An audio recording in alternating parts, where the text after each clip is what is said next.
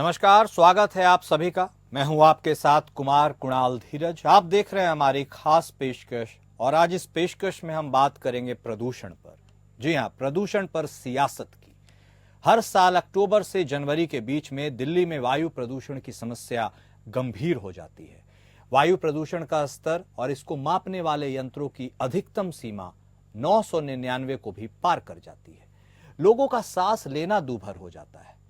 अभी अक्टूबर महीने की 20 तारीख है, लेकिन आनंद विहार में वायु प्रदूषण का स्तर बहुत गंभीर श्रेणी में आ चुका है। आनंद विहार में वायु प्रदूषण का स्तर 434 अंक की सीमा को भी छू लिया है उसने, जो गंभीर प्रदूषण का संकेत है। दिल्ली की मुख्यमंत्री आतिशी मार्लेना ने कहा है कि राजधानी में होने वाले प्रदूषण के लिए बीजेपी जिम्मेदार है। उन्होंने कहा कि दिल्ली ने अपने हिस्से के प्रदूषण निपटने में बहुत काम किया है, इसके काफी सकारात्मक परिणाम रहे हैं और दिल्ली के प्रदूषण उत्पादक कारकों में कमी आई है।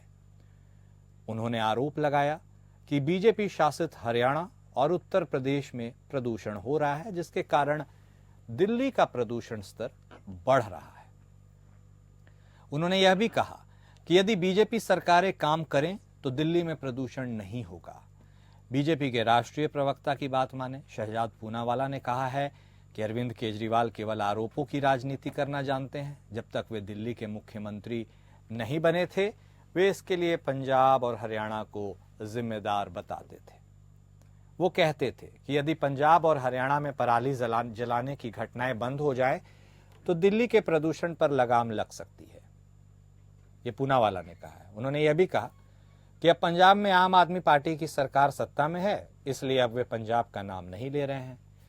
वो दिल्ली के प्रदूषण के लिए बीजेपी शासित हरियाणा को जिम्मेदार बता रहे हैं, जबकि सैटेलाइट से लिए गए चित्रों से साफ हो रहा है कि पंजाब में लगातार पराली जलाई जा रही है।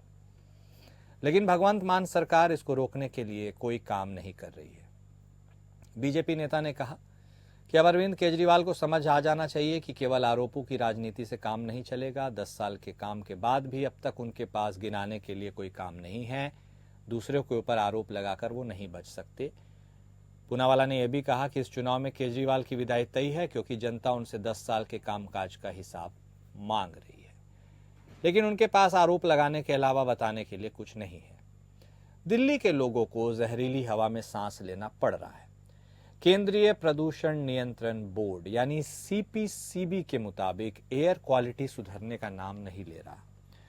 इस बीच मंगलवार को दिल्ली का औसत वायु गुणवत्ता सूचकांक यानी AQI बेहद खराब श्रेणी यानी 318 तक चला गया है।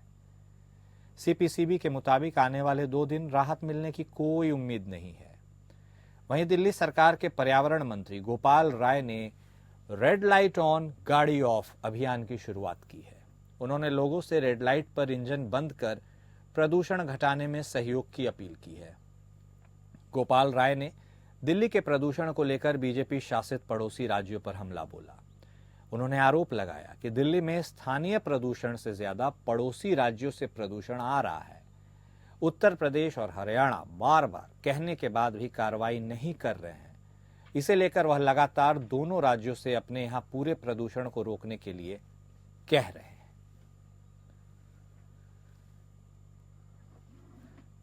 तो AQI यानी एयर क्वालिटी इंडेक्स 300 के पार पहुंच गया है और इसके पार पहुंचने का मतलब होता है कि स्थिति खराब है, बेहद खराब है। आनंद विहार की ही बात करें तो 434 तक वो सूचकांक पहुंचा और यदि पिछले दिनों की बात करें तो 382, मतलब अभी यथास्थिति स्टेटस को के हिसाब से यदि एयर पॉल्यूशन के बारे में बात करें तो बनी हुई है। इसके साथ ही हम आपको यह भी बता देते हैं कि सेंट्रल पॉल्यूशन कंट्रोल बोर्ड यानी सीपीसीबी ने दिल्ली के 16 इलाके रेड जोन में डाले हैं। रेड जोन यानी अत्यंत गंभीर जोन, जहां पर सबसे ज्यादा फोकस होना चाहिए। गोपाल राय ने रेड लाइट ऑन गाड़ी ऑफ अभियान की भी शुरुआत की है।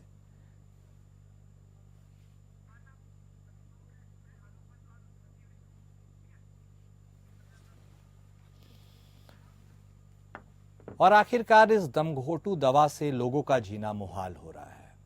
सरकारें आती हैं, जाती हैं, लेकिन ये जो स्थिति है प्रदूषण की, वो अपने स्टेटस क्वो में ही रहती है, यानी अक्टूबर से जनवरी का जो समय होता है वो लगातार एयर पॉल्यूशन अपने चरम पर होता चला जाता है।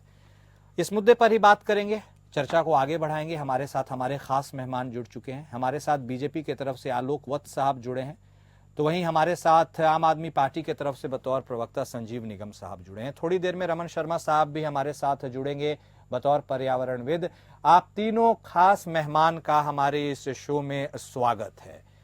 सबसे पहले संजीव निगम साहब आप ही के पास आते हैं, क्योंकि सबसे ज्यादा आरोपों का सामना भी संभवतः आप ही को करना पड़ता है। इसके कुछ कारण भी हैं, क्योंकि आप लगातार सरकार में हैं, इसलिए सवाल भी आपसे ज्यादा पूछे जाते हैं। ऐसे में यदि हम पॉल्यूशन की ही बात करें तो मैंने पहले ही कहा, सरकारें आती जाती हैं, पॉल्यूशन की स्थिति वैसी रहती है। हर साल अक्टूबर से जनवरी के बीच ये चर्चा हम करते हैं, होती रहती है।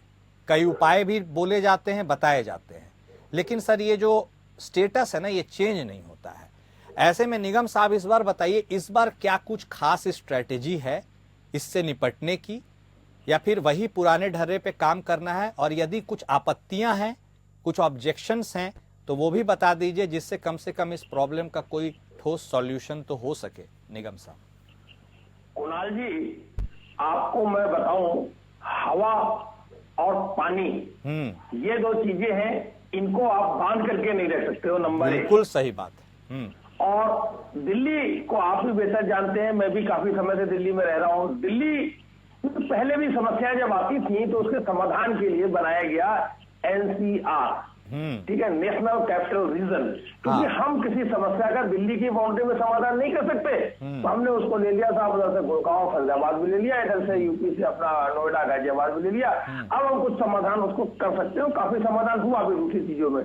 तो अब मैं सीधे सीधे प्रदूषण वाले मसले पर आता हूँ कि ये जो समस्या है पिछले काफी समय से है और इस समस्या का हल होना चाहिए। सिर्फ वाद विवाद जैसा आपने कहा अक्टूबर से लेकर जनवरी तक होता है और हर बार हम चर्चा करते हैं, ये जो है, जब मैंने पहले बताया, भारत सरकार का इन्वॉल्वमेंट होना बहुत जरूरी है। बिना भारत सरकार के बीच में आए इस समस्या का आमूलचूल हल नहीं मिलेगा। तो मैं तो समझता हूँ आप लोग जो दिल्ली सरकार के बुलाते हो, या तो ये क्या भारत सरकार जानते भी नहीं होंगे बहुत से लोग, तो भारत सरकार में पर्यावरण मंत्री है कौन, उसको, उससे आप लोग भी जाएं, उनसे बात करें, उनसे प्रश्न करें और उनसे भी समस्या का पूछे। तो उन्हें अगुआ बन करके आगे बुलाना चाहिए कि साहब उत्तर प्रदेश का भी पर्यावरण मंत्री जाए, हरियाणा का भी जाए, दिल्ली का भी जाए, बैठ कर कोई निकाले। सोलो आना 100% दिल्ली के ऊपर थोपेंगे तो ये एक कोरी राजनीति समझी जाएगी। दिल्ली तो अपने आप में वैसे ही दिल्ली सरकार के पास 100% अधिकार नहीं है। जो दूसरे राज्यों के तुलना, उसी पड़ोसी की तुलना में दिल्ली में 1/4 उसके पास कैपेसिटी है। इसके बावजूद दिल्ली अपनी पूरी कैपेसिटी के साथ काम कर रही है। हर वर्ष जो भी नेसेसरी स्टेप्स होने चाहिए वो लेती है। इस बार भी समय रहते हैं दिल्ली के जो पर्यावरण मंत्री है गोपाल राय जी, आपने देखा होगा, चाक चौबंद है, जहां जहां से जो चीजें हो सकती है उन्होंने ग्रैब 2 भी लागू किया, 1 भी लागू किया था, 2 भी लागू हो गया आज से। तो ये सब चीजें हैं कि इसका अगर हम संपूर्ण रूप से समाधान चाहते हैं तो आगे हाथ बढ़ाना पड़ेगा। दिल्ली के 7 सांसद हैं लगातार, आपको आना चाहिए भाई, ये ऐसी समस्या है। ठीक है, आप कुछ कॉमन उनको तो आपको आगे आना ही पड़ेगा ना, हाथ बढ़ाना ही पड़ेगा ना, तभी उससे। तो ये चीजें ये ना समझे, सिर्फ केजरीवाल को बदनाम करें। अब यमुना की बात आती है साहब, यमुना में भी दीपावली आने वाली, छठ आने वाला है, सब आएगा, तो ये ऐसे नहीं करना चाहिए। नहीं, ठीक है निगम साहब आपने एक अच्छी बात कही है, ये बात आपने अच्छी कही है, और इसीलिए मैं आलोक वत्स साहब आपके पास भी आता हूं। आलोक वत्स साहब, क्या आपको नहीं लगता है सेंटर से एक ऐसा कमांड सेंटर बनना चाहिए जिसमें सारे यूनिट्स इन्वॉल्व हो जाएं? सिर्फ दिल्ली को लेकर के दिल्ली के पर्यावरण मंत्री से ही क्या बात हो, जब एक सेंटर में मिनिस्टर जो हैं पर्यावरण मंत्री, वही एक बैठक आहूत कर लें, यूपी के भी पर्यावरण मंत्री आए, हरियाणा के भी आए, पंजाब के भी आए, दिल्ली के भी आए, और सब मिलकर एक कलेक्टिव रिस्पॉन्सिबिलिटी के तरह इसे अप्रोच करें। इसमें सर ये क्या अड़चन है, और आपको क्या लगता है कि जो निगम साहब का वर्जन है तथ्यात्मक तौर पर आप उसे कैसे आंकते हैं? वत्स साहब। विक्रम जी, मैं निगम साहब के बातों से पूर्णतया सहमत हूँ। क्योंकि एक जगह का मामला नहीं है और समस्याओं को आगे बढ़ाने में अन्य राज्यों का भी इसमें योगदान है। तो जब तक लूप होल्स को वहीं पर प्लग नहीं किया जाएगा, अगर पानी का प्रवाह हरियाणा से, पंजाब से, उत्तर प्रदेश से आ रहा है तो दिल्ली में बाढ़ आएगी। तो इस पानी को जब तक वहीं नहीं रोका जाएगा तब तक ये समस्या बनी रहेगी। और ठीक है, कुछ ऐसी समस्याएं थी जिस पर आप दिल्ली में कड़े कदम उठा सकती थी, जैसे कि यमुना में जो लोग वेस्ट, केमिकल वेस्ट डाल देते हैं, जो लोग पॉलीथीन फेंक देते हैं, इन चीजों पर सख्ती से कार्रवाई होती तो शायद वहां पर ये सल्फेट और जो एक और केमिकल है उसकी मात्रा इतनी जो अभी देखने को मिल रही है, अमोनिया और फॉस्फेट, अमोनिया और फॉस्फेट, वो इतनी देखने को नहीं मिलती। लेकिन एक ही चीज नहीं कंट्रीब्यूट कर रहा है, पराली कंट्रीब्यूट कर रहा है, ये केमिकल वेस्ट पोल्यूट कर रहा है, गाड़ियां पोल्यूट कर रही हैं, पॉलीथीन इत्यादि जो कचरा फेंका जा रहा है वो कंट्रीब्यूट कर रहा है। तो इन सारी चीजों से अच्छा जो एक्यूआई लेवल है वो इतना ज्यादा बढ़ गया है कि आप सोच भी नहीं सकते हैं कि ये इतना ज्यादा जो बढ़ गया है इसमें आदमी कैसे जीवित रहेगा। ये तो एक बहुत ज्वलंत समस्या बन चुकी है। लेकिन इसी समस्या पे नवद साहब राजनीति भी खूब होती है। आम आदमी पार्टी कहती है बीजेपी शासित प्रदेश इसे रोकने के लिए कुछ नहीं कर रही है। बीजेपी शासित प्रदेश के लोग कहते हैं, बीजेपी यानी कहती है कि पंजाब की तरफ अब आपने आंख मूंद लिया है, पहले उसका नाम लेते थे। पंजाब के में भी पराली की घटनाओं को देखिए। तो राजनीति के चक्रव्यूह में जो ये प्रदूषण का मामला फंसता है ना, तो फिर ये फंसता ही चला जाता है। फिर उसके बाद इसका निराकरण नहीं निकलता है, केवल राजनीति होती है। जनवरी का महीना आता है और उसके बाद फिर लोग इसे भूल जाते हैं। मैं आपको एक चीज बताता हूँ। हाँ, एक शेर है, शहीदों के चिताओं पे लगेंगे हर बरस मेले, वतन पे मरने वालों का यही बाकी फिजा होगा। हर साल अक्टूबर में हम इस मामले को बड़ा जोर शोर से उठाते हैं और 2-3 महीने इस पर डिबेट और एक दूसरे पर दोषारोपण बड़ी जबरदस्त होती है और जनवरी से ये मामला ठंडे बस्ते में चला जाता है। ये मैं पिछले 4-5 साल से देख रहा हूँ और हर साल जनता पिस रही है, जनता एक्यू हाई लेवल में जीने को मजबूर हो रही है और नेताओं के राजनीतिकरण में आम जनता पिस रही है, बच्चे पिस रहे हैं, अस्थमा बढ़ रहा है, ब्रीदिंग बढ़ रहा है, हार्ट की समस्याएं बढ़ रही हैं, लेकिन इस पर किसी का कोई ध्यान नहीं जाता। यही तो चिंता का विषय है। ठीक है वत्स साहब, ठीक है वत्स साहब। नहीं सुनिए, लेट मी स्पीक। बोलिए। जब तक कलेक्टिव रिस्पॉन्सिबिलिटी लेकर जो निगम साहब ने कहा, एक ठोस बैठक सेंटर के साथ मिलकर सारे लोग करेंगे और जो उपाय हैं उन पर सख्ती से लागू करेंगे, तो अगर दुनिया के अन्य देश कर सकते हैं तो हम क्यों नहीं कर सकते? तो इसका मतलब आप कहना चाह रहे हैं आम आदमी पार्टी को सिर्फ टारगेट बनाने से नहीं होगा, सबको मिलकर सोचना होगा। आम आदमी भी एक पार्ट है, वो भी इसका एक दोषी है। इन चीजों को वो रोक सकती थी, उस पर उन्होंने उतना सफलीभूत कार्यक्रम नहीं चलाया है। ठीक है, ओके। लेकिन सोनली वो रिस्पॉन्सिबल है, ये मैं नहीं मानता। ओके वत्स साहब। हमारे साथ रमन शर्मा साहब भी जुड़ चुके हैं, पर्यावरणविद है। स्वागत है सर आपका भी। और नमस्कार सर। बिल्कुल नमस्कार सर। और जिस तरह से अब दम घोटू एनवायरमेंट की शुरुआत हो चुकी है, एटमॉस्फेयर अब वैसा बनता हुआ चला जा रहा है, टेम्पररी ही सही, लेकिन अब 3 महीने 4 महीने इसी तरह की स्थिति में लोगों को काटना पड़ता है। ऐसे में सर लगभग दिल्ली का जो दायरा है 300 किलोमीटर का एयर शेड है, वहाँ पे एनसीआर का इलाका है, बगल में पड़ोसी राज्य हैं, किसी में बीजेपी का शासन है, दिल्ली में आम आदमी पार्टी का शासन है। राजनीति के चक्रव्यूह में जैसे मैंने कहा यह मामला फंस जाता है। लेकिन सर बतौर पर्यावरणविद आप यमुना की स्थिति को लेकर के, दिल्ली के एयर क्वालिटी की स्थिति को लेकर के किन फैक्टर्स को कितनी जल्दी एड्रेस करने की जरूरत है ताकि कुछ हद तक इसमें कटौती आ सके, कुछ फॉर्मिडेबल सॉल्यूशन के बारे में भी बात कर सके? ऐसी कोई ऐसा कुछ बताइए शर्मा साहब, जिससे कम से कम राजनेताओं की भी आंखें खुले और वो आपको सुन के समझे कि इतनी छोटी सी बात है, ये कर लेते तो मामला ना बिगड़े। सर, इस विषय पे हम सारे दोषी हैं। जो एनसीआर का एरिया है, जितनी पॉपुलेशन इसकी 2002 के अंदर प्लान हुई थी और डिस्कशन हुआ, 2004 के अंदर रिपोर्ट सबमिट हुई, 2006 में मैंने रिपोर्ट सबमिट की थी दिल्ली सरकार को, हरियाणा सरकार को और भारत सरकार को। उसके ऊपर करीब साल भर डिस्कशन हुई, उसके बाद वो ठंडे बस्ते में चले गई। हम लोग एनजीटी में भी गए हैं, हम लोग यहाँ पे म्युनिसिपल कॉर्पोरेशन के साथ भी काम कर रहे हैं या सरकार के साथ भी काम कर रहे हैं। उसके लिए सबसे बड़ा दोष है जो हमारा प्लानिंग, जो इस एरिया का प्लान किया गया था, उसमें जितनी पॉपुलेशन प्लान की गई थी उससे 3 गुना ज्यादा आज पॉपुलेशन है। आज आपको सही गिनती का नहीं पता होगा कि एनसीआर एरिया में पॉपुलेशन कितनी है।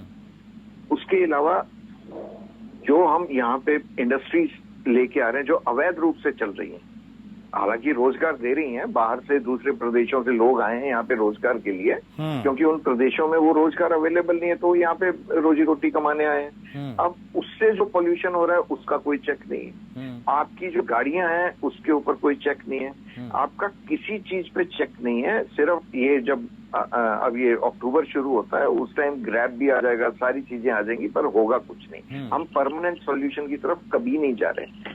जो पानी है, पानी के ऊपर कतई काम नहीं हो रहा, कोई सरकार काम नहीं कर रही है। और जब तक अगर आपको पीने का पानी चाहिए अगले 5 साल के बाद, तो आपका जो जमीनी पानी है वो वैसे ही प्रदूषित होने जा रहा है जिस हिसाब से रिपोर्ट्स आ रही हैं, तो आप सरवाइव किसके ऊपर करेंगे? हम सिर्फ इंडस्ट्री, पैसा कमाना, सरकारों को टैक्स चाहिए, लोगों को रोजगार चाहिए, तो ये एक हब बनता जा रहा है और पॉल्यूशन बढ़ रहा है। उसके ऊपर किसी ने कोई गंभीरता से काम नहीं किया। अगर जनता आज भी जो अपने घर का कूड़ा है उसको सही ढंग से डिस्पोजल के लिए दे दे, तो आपका तकरीबन 37% जो पॉल्यूशन है उसमें कमी आ जाएगी।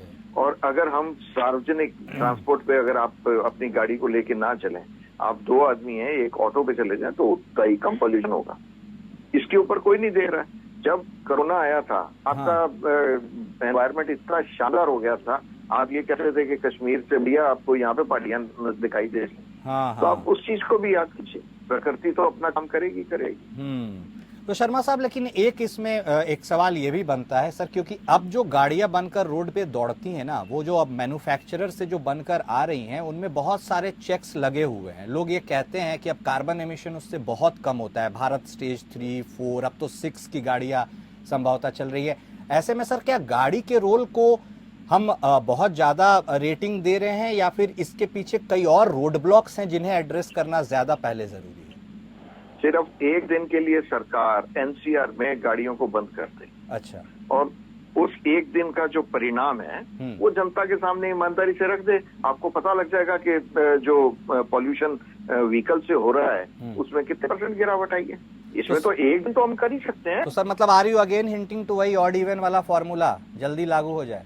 नहीं, मैं ऑड इवन तो मैं तो रिस्पॉन्सिबिलिटी की बात कर रहा हूँ। हम सबको जवाबदेह और जिम्मेदार होना चाहिए। अगर मैं एक बस के ऊपर ट्रेवल कर सकता हूँ, मेट्रो पे कर सकता हूँ, तो मैं दिल्ली, गुड़गांव से दिल्ली गाड़ी क्यों लेके जाऊं? या नोएडा से कोई आ रहा है तो वो भी मेट्रो से आ सकता है, उतना ही पॉल्यूशन बचेगा। हम लोगों को सिर्फ जिम्मेदार होना होगा। Yes, exactly. लोगों को भी अपना सेंसिटाइज होने की खुद जरूरत है। बिल्कुल सही बात आपने कही। निगम साहब, अब ऐसे में चूंकि सरकार में आप हैं दिल्ली में, और दिल्ली ही होती है चर्चा में, क्योंकि अब बिल्कुल सही बात है, बहुत बड़ा वर्कफोर्स है जो यहाँ आकर के कलेक्टिवली काम करता है। ऐसे में अब सर आप निकट भविष्य में इमीडिएट अगर आप इसको एड्रेस करना है तो आपके सामने आप क्या करने जा रहे हैं, और जो चुनौतियां हैं वो क्या? एक तो आपने बात कही कि चलिए सेंटर को इन्वॉल्व होना चाहिए, उसे अगर हम परे भी रख दे तो आप अपने बूते अभी क्या कुछ करने के संभावना देख पा रहे हैं निगम साहब? कुणाल जी, चलिए, मुझे अच्छा लगा कि वक्त साहब ने कम से कम रियलाइज किया, चीजों को समझा प्रैक्टिकली कि किस प्रकार से समाधान इसका संभव है 100% रूप से।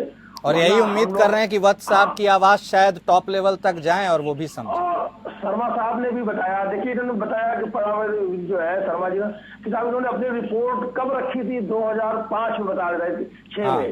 तो आम आदमी पार्टी की सरकार तो सही रूप से 2015 में आई। हाँ। 10 वर्ष का ये पीरियड लग गया रिपोर्ट रखने के बाद भी। तो कहीं ना कहीं ये ऐसी समस्या है जिसपे जो है सरकार ने एक रुख अख्तियार नहीं किया। नहीं तो ये जो रिपोर्ट दी है शर्मा साहब ने बताया कि उस पर अगर एक्शन होता तो वो कब का खत्म हो गया होता। खैर जो भी है, अभी वर्तमान स्थिति में ये सबको मिलकर चर्चा करनी है। निश्चित रूप से दिल्ली सरकार का रोल इसमें अहम है, क्योंकि केंद्र दिल्ली में भी हम लोग बैठे हुए हैं। कोई दूसरी सरकार आएगी या पहले दूसरी सरकारें रही हैं, तो अगर सीरियसली काम करती तो नतीजा मिलता। खैर इसमें जो है दिल्ली सरकार ने अपने स्तर पर बहुत कुछ किया है, जैसा कि मैं बता जो कर सकते हैं तात्कालिक रूप से। लॉन्ग टर्म के लिए तो फिर उसकी योजना मिल बैठ करके ही बैठनी है। और अन्यथा अगर मैं सिर्फ आरोप प्रत्यारोप करना हो तो ये खासकर नदियों वाला मामला है। मैं आपको उदाहरण के रूप में बताऊं, मैंने अभी गंगा में देखा था, गंगा का आज पानी बहुत गंदा है, ना आचमन करने लायक है ना नहाने लायक है। तो इसको तो केंद्र सरकार को करना ही पड़ेगा। और अभी चुनाव भी आने वाले हैं, आपको पता है दिल्ली में बढ़ चढ़ करके इसको मुद्दा बनाया जाएगा। लेकिन मुद्दे के समाधान के बारे में अगर लोग बात करें कि मुद्दा तो बनेगा, लेकिन अगर रखे कि हम आएंगे तो ऐसे करेंगे या इस तरीके से करेंगे तो वो ज्यादा बढ़िया है, बजाय तो मुद्दे की केजरीवाल सरकार ने क्या किया पिछले 10 वर्षों में, केंद्र सरकार ने क्या किया पिछले 10 वर्षों में। रूप से दोनों सरकार सही बात है। नहीं ये बात बिल्कुल सही है, दिल्ली में हम लोग रहे नहीं सही है, राजनीति को साइड में रख करके बिल्कुल। हाँ बोलिए सर, मैं एक सजेशन देना चाहूंगा। सर बोल रहे हैं। हाँ शर्मा साहब बोलिए प्लीज। RWAs हैं, जितनी RWAs हैं या ट्रेड यूनियंस हैं, अगर उनको रिस्पॉन्सिबल उस एरिया का बना दिया जाए कि अगर वाटर हार्वेस्टिंग नहीं हुई या सीवेज ट्रीटेड वाटर नहीं यूज किया गया फॉर हार्वेस्ट अपना हॉर्टिकल्चर, तो उनके ऊपर पेनल्टी लगेगी। आप देखिए 2 साल के अंदर आपके सामने परिणाम आ जाएंगे। हाँ बिल्कुल, आपने ये वोट को छोड़ के पर्यावरण की तरफ देख लेंगे तो दैट विल वर्क। हाँ छोटे छोटे पॉकेट्स में यदि उनको असाइन किया जाए, ऑथराइज किया जाए। वत्स साहब लेकिन एक बात तो है वत्स साहब, जो पराली वाली जो टॉपिक है, पराली जलाने वाली घटनाएं, उसको लेकर ही राजनीति होती है। हरियाणा में साहब आपकी सरकार है, उत्तर प्रदेश में भी आपकी सरकार है, पंजाब में आम आदमी पार्टी की सरकार है। पंजाब के मैं कुछ स्टैट्स देख रहा था सर, उसमें क्या है ना, अब तो बहुत FIRs भी हो रही है, तकरीबन 870 FIR हो गए हैं अभी तक। उसके बाद रेड चेक्स, रेड फ्लैग्स लगाए हैं, पिनलाइज करने की एक्शन हुई है। ऐसा कुछ हरियाणा या यूपी में भी संभवतः इस तरह का काम हो रहा है जिससे एक डेटरेंट के तौर पर लोग इसे समझे कि नहीं ऐसा करने से नुकसान होगा, या फिर सिर्फ वही राजनीतिक आरोप प्रत्यारोप? वत्स साहब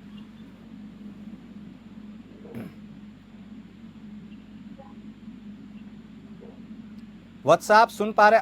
आप अनम्यूट कर लीजिए सर, अपने आप को अनम्यूट कर लीजिए।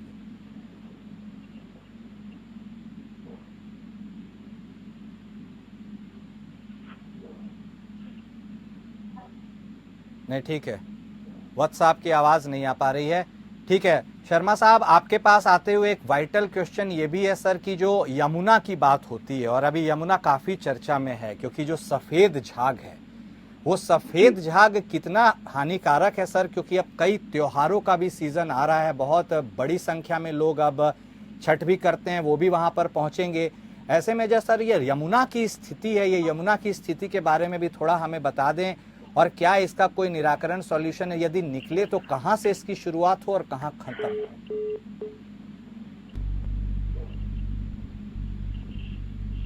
शर्मा साहब आप सुन पा रहे हैं? मैं नहीं ठीक है, शर्मा साहब से हमारा संपर्क लगता है टूट गया है।